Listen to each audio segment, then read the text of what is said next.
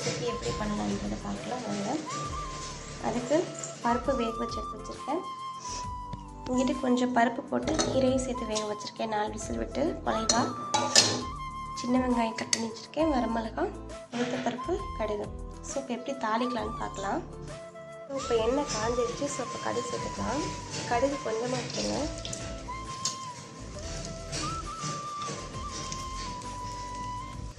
கடுகு நல்லா பொரியட்டும். அடுத்து உளுத்த பருப்பு சேர்த்துக்கலாம்.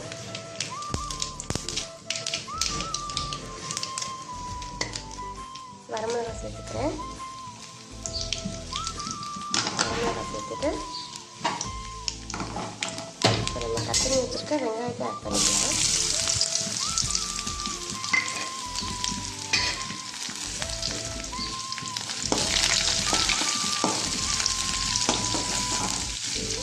நல்லா வதக்கிட்டுருக்குங்க.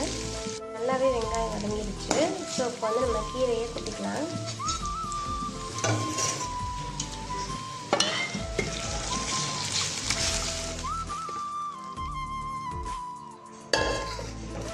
பருப்பு கொட்டிக்கலாம். இப்போ வந்து பருப்பையும் நான் கொட்டிட்டோம். ஸோ இப்போ நல்லா வந்து கலந்துக்கோங்க. ஸோ இது கொஞ்சம் வத்துட்டோம்.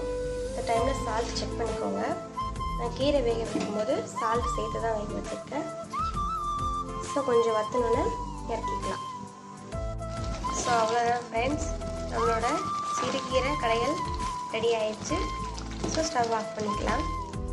சுட சுட சேவ் பண்ணுங்கள்.